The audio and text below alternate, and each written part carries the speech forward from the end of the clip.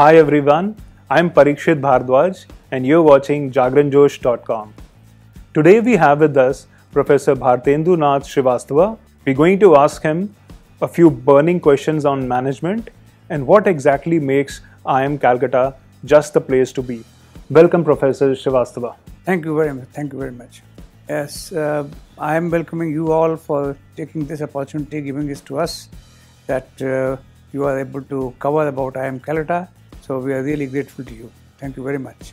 What, according to you, are some key characteristics that distinguish Indian Institute of Management Calcutta from other top B schools?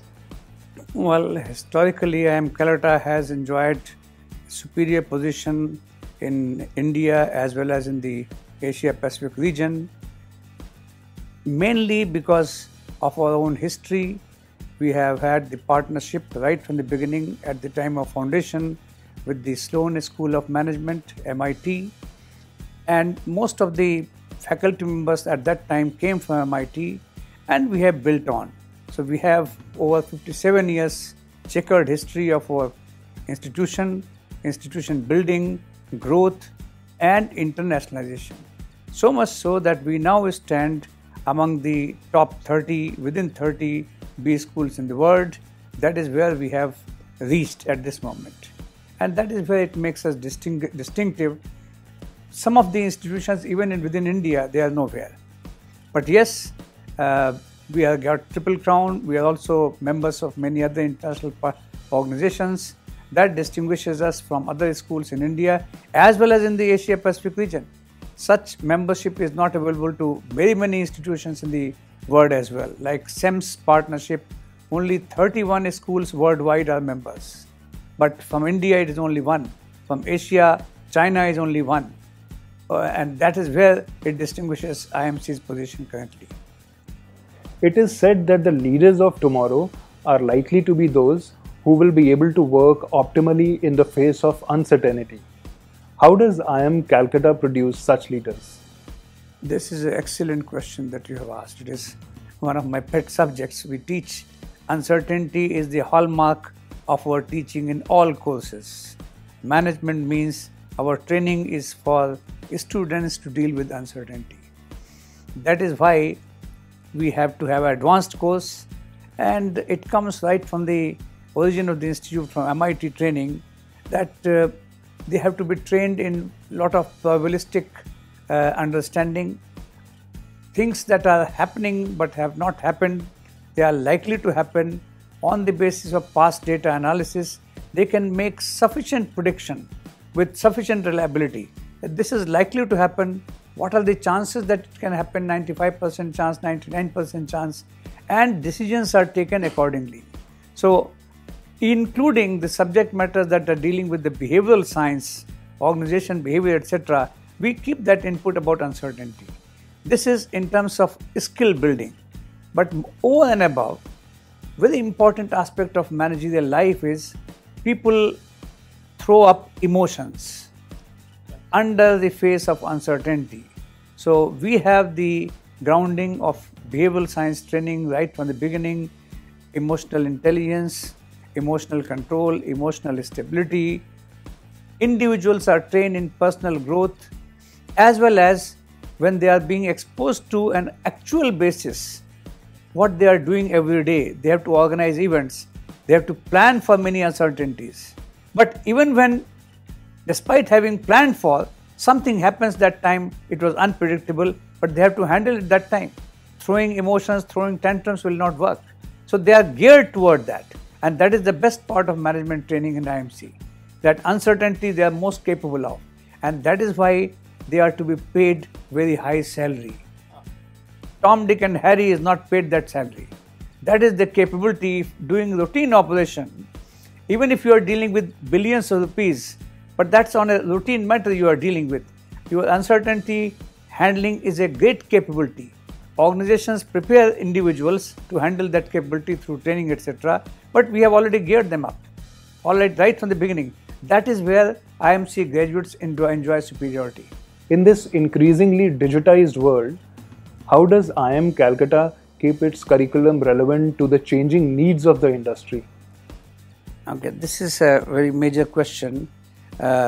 Actually, in the PGP program, we have what we call 2-year flagship program, as well as the executive programs, 1-year programs.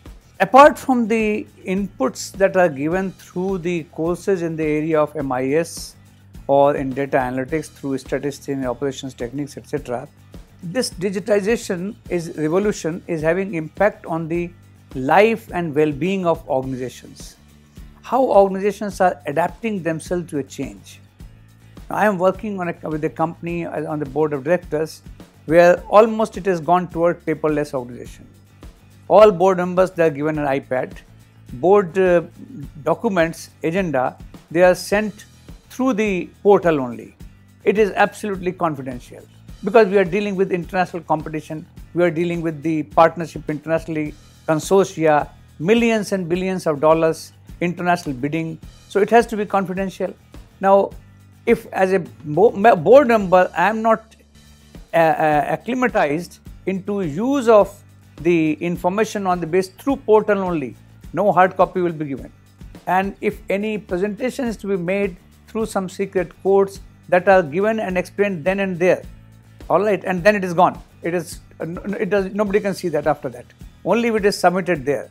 So the documentation wise, digitization can take care of confidentiality, at the same time transparency, as much as transparency that is feasible. So this is creating a revolution worldwide. Organizations are coping up. In the company that I dealt with, we are coping up with this. People are old. Those who are the top board members, they are 60, 62. They are nominated from outside as well. But they are learning. They are getting used to. Otherwise, they are using the papers only. But that has completely changed. But people are changing. Now, we are preparing our students how to move toward that. It will require change in the organization setup, change in the organization structure. It will require reskilling employees. So all of this aspect towards digitalization or holding an organization which is completely paperless, all employees are being given to. Let's say in our own institute, we are trying to, as much as possible, and government is also pushing forward to. I must appreciate this government. National Academically Depository, we are moving towards that. Otherwise, some people who graduated, let us say 50 years ago, 6th, 7th batch, he might have lost his certificate. Now, where to dig the records? From where? We had to give him a copy of that, second Xerox copy of that. At that time, Xerox was not there. We are maintaining some hard copy, duplicate hard copies. Once that is also issued, then one more print, we have to do it. How long will go there with that? After all, record is also important. Everything could be digitized. But that digitization has its own challenges in terms of security of data, in terms of recall of data. So retrieval, security, these issues we are working on. We have our own experts. We are working on the agencies, those who are going to do it. It is government is supporting this measure. But we are also accepting this, that we will take this as a challenge, we will do everything. All records as much as possible, old records, academic records, administrative records, dealing with the manpower, HR, etc. Everything is going to be recorded. Now that is where, when after all we are government institution, even after the new act, we have become more government actually. We have become more government. We are statutorily government now. All right. So we are following whatever they are saying, in the sense that we have to follow many things that our government's initiatives are very positive and they are futuristic. But whatever advantage we are jumping into, and we are going to do it. We will take advantage of that. So towards that digitalization, how the students are being geared to, it is wonderfully included as part of syllabus. In addition, what we are doing, we are regularly engaged in the exercise of curriculum change, curriculum review. We had about 10 years ago, and another exercise is going on. All right. It requires involvement of all faculty members. So about 20-25 faculty members. It was being done the previous year as well. It is continued. Once it is ready, we will go through the board and get it accepted. It may require some change in terms of coursework, course structure, evaluation process, whatever that it means, we are going to do it. Course evaluation is a regular process that we are involved in. So this is second or third curriculum review that is going to take place, and we are at it. Within a few months, we should be ready with the recommendations.